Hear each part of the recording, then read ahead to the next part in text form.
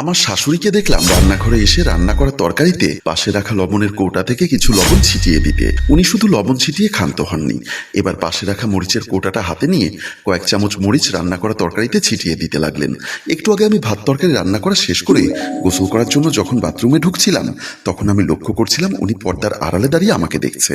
আমি ওনাকে দেখেও না দেখার ভান করে বাথরুমে ঢুকে দরজা আপসা করে লাগিয়ে দিলাম, আর দরজার ফাঁক দিয়ে দেখলাম উনি পা টিপে টিপে রান্নাঘরের দিকে যাচ্ছে। তাই আমি গোসল না করে ওনার পেছন পেছন বাথরুম থেকে বের হয়ে ওনার কার্যকলাপ দেখতে লাগলাম। উনি আমার রান্না করা তরকারিতে হলুদ লবণ মরিচ মিশিয়ে মনে মনে ভাবলেন ওনার মিশন সাকসেস। আমি যে আড়াল থেকে দাঁড়িয়ে তা দেখছি সেটা আমার শাশুড়ি খেয়াল করেননি। উনি সবসময় চান আমি যেন আমার স্বামীর কাছে বকা খাই। শ্বশুর আমার রান্না করা তরকারির প্রশংসা করেন, যেটা আমার শাশুড়ি সহ্য করতে পারেন না। প্রায় সময় আমার শ্বশুর খেতে বসে বলেন, বাহ, চমৎকার রান্না হয়েছে, এই রান্নাটা কে করেছে?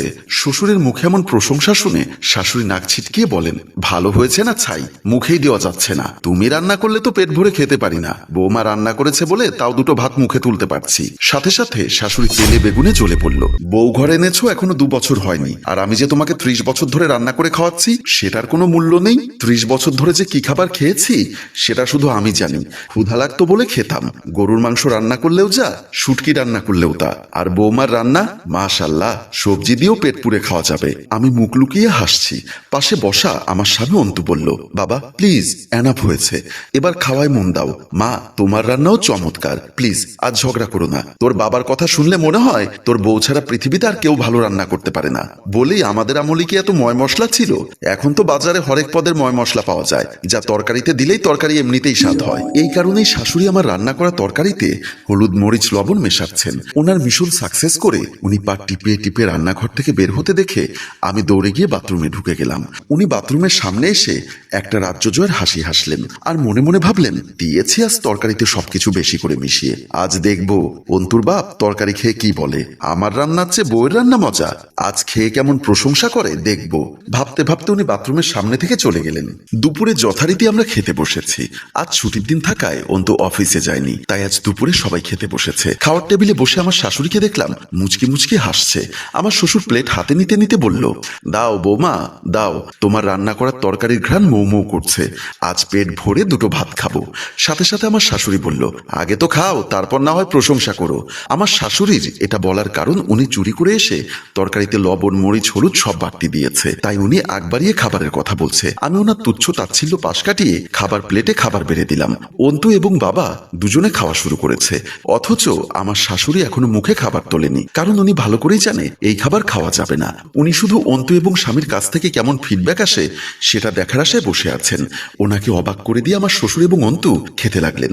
খেতে খেতে তৃপ্তির ঢেকুর তুলে আমার শ্বশুর বলল, যে ভালো চুল বাঁধে সে ভালো রাঁধে, সেটা আবারও প্রমাণ করে দিলে বৌমা।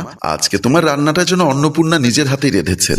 শ্বশুরের মুখে এমন কথা শুনে শাশুড়ি কিছুটা অবাক হলো। উনি মনে মনে ভাবতে লাগলো, তরকারিতে এত বেশি মরিচ হলুদ লবণ দিয়েছি, তাও কি করে বলে খাবার এত স্বাদ হয়েছে? উনি আরো বেশি অবাক হলো অন্তু যখন বলল, সত্যি বাবা, তোমাদের বউ আজ ভালো রেঁধেছে। যে ছেলে সহজে আমার খাবারের প্রশংসা করে না, বরাবরই মায়ের সারূপে থাকে, আজ সে ছেলেও খাবারের প্রশংসা করছে দেখে আমার শাশুড়ি আরো বেশি অবাক হয়। তাই উনি নিজে চেক করে দেখার জন্য কিছুটা খাবার মুখে তুলে নিলেন। যেমনি হয়েছে ঝাল তেমনি হয়েছে তেতো। উনি খাবারটা গিলতে পারলেন না। ওয়াক থু করে খাবারের প্লেটে খাবারটা উগলে দিলেন আর বললেন, এমন তেতো এবং ঝাল খাবারের তোমরা কিভাবে এত প্রশংসা করছো? সাথে সাথে আমার শ্বশুর বলল, বৌমার সাথে ঝগড়া করতে করতে তোমার মুখের রুচিটাই নষ্ট হয়ে গেছে। আমার শাশুড়ি খেপে গিয়ে বললেন, মুখ সামলে কথা বলো, আমার মুখের রুচি নষ্ট হয়নি, বরং বলতে পারো বউয়ের প্রেমে অন্ধ হয়ে তোমাদের জিওবাটাই নষ্ট হয়ে গেছে।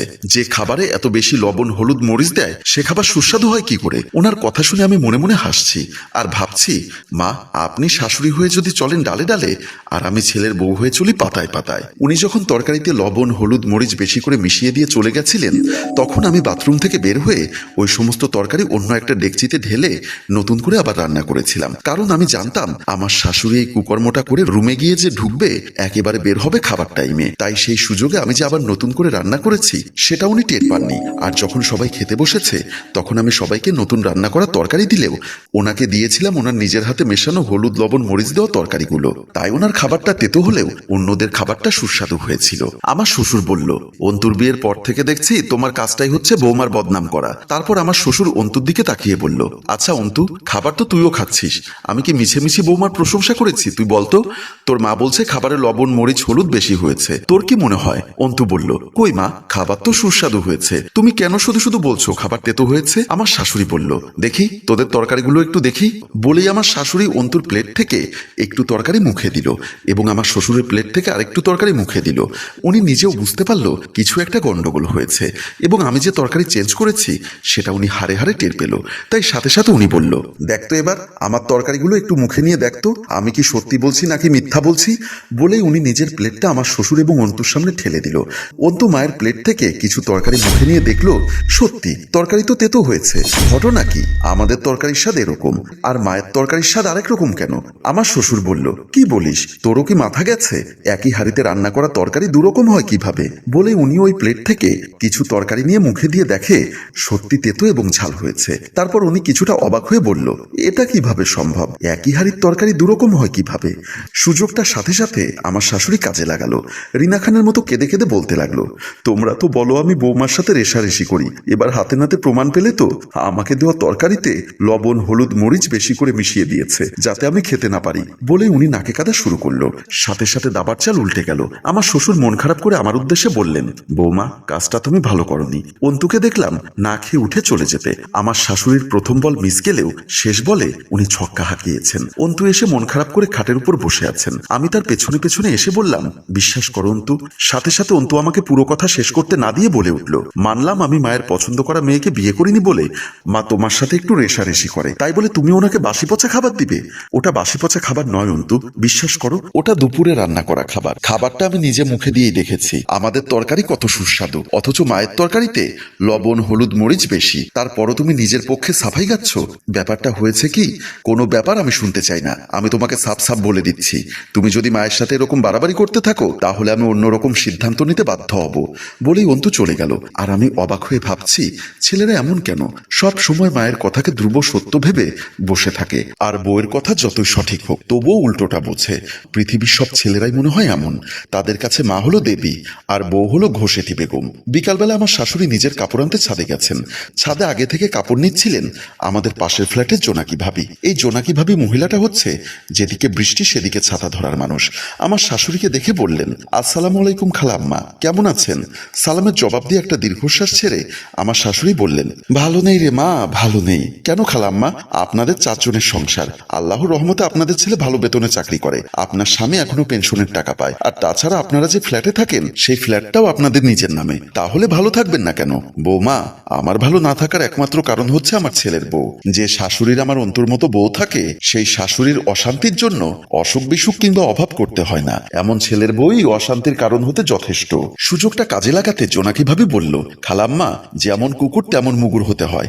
শেরের উপর সোয়াশের দিতে না পারলে বউ কখনো সোজা হবে না। আমার শাশুড়ি একেবারে বোকাশোকার মতো আধো আধো করে বলল, আমি সাদাসিদে মানুষ, শেরের উপর সোয়াশের কিভাবে দিতে হয় সেসব বুঝি না বাপু। আপনি না বুঝলেও আমি যেহেতু এই যুগের মহিলা, আমি তা ভালো করেই জানি। আমি আপনাকে বুদ্ধি দিচ্ছি, আপনি আমার বুদ্ধিটা কাজে লাগান, দেখবেন আপনার ছেলের বউ সূচের মতো সোজা হয়ে যাবে। তারপর জোনাকি ভাবে আমার শাশুড়িকে নিজের ইচ্ছা মতো কুমন্ত্রণা দিতে লাগলো। আমার শাশুড়িও মন্ত্রমুগ্ধের মতো মন দিয়ে সব শুনতে লাগলো। এক পর্যায়ে কুমন্ত্রণা দেওয়া শেষ করে জোনাকি ভাবি বলল, আপনাকে নিজের মায়ের মতো জানি, তাই আপনার কষ্ট সহ্য হয় না বলে এই বুদ্ধিটা দিলাম। যদি ঠিকঠাকভাবে কাজে লাগাতে পারেন দেখবেন ছেলের বউ সূচের মতো সোজা হয়ে যাবে। আমার শাশুড়িও খুশি হয়ে জোনাকি ভাবিকে জড়িয়ে ধরে মুখে চুমু দিয়ে দিলেন। এর কয়েকদিন পর দুপুরে খাওয়া দাওয়া করে আমি শুয়েছিলাম। কখন যে সন্ধ্যা হয়ে গেছে টেরই পেলাম না। হঠাৎ ড্রয়িং রুম থেকে চেঁচামেচির শব্দে আমার ঘুমটা ভেঙে গেল।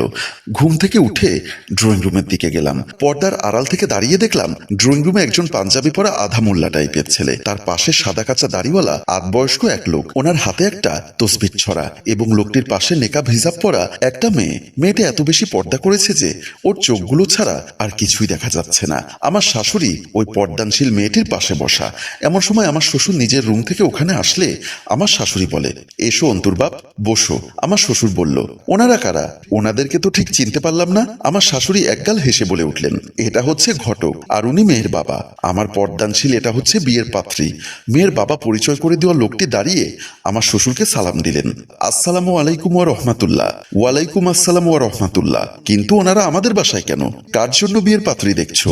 আমার শাশুড়ির সাথে সাথে বলে উঠলেন, অন্তুর জন্য। আমার ছেলেকে আমি আর একটা বিয়ে করাবো। কথাটা শুনে পর্দার আড়ালে দাঁড়িয়ে থাকা আমার মাথায় যেন আকাশ ভেঙে পড়ল। হ্যালো ভিউয়ার্স, ছেলের বউয়ের উপর জিদ করে শাশুড়ি ছেলেকে আর একটা বিয়ে করাতে চায়। আদেও কি সেটা সম্ভব হবে? জানতে হলে আপনাদের অপেক্ষা করতে হবে আগামী পর্বের জন্য, এবং বেশি বেশি কমেন্ট করে লিখতে হবে দ্বিতীয় পর্ব চাই। মনে রাখবেন, যে গল্পের প্রচুর পরিমাণ ভিউজ এবং কমেন্টস হয় না, আমরা সেই গল্পের দ্বিতীয় পর্ব তৈরি করি না।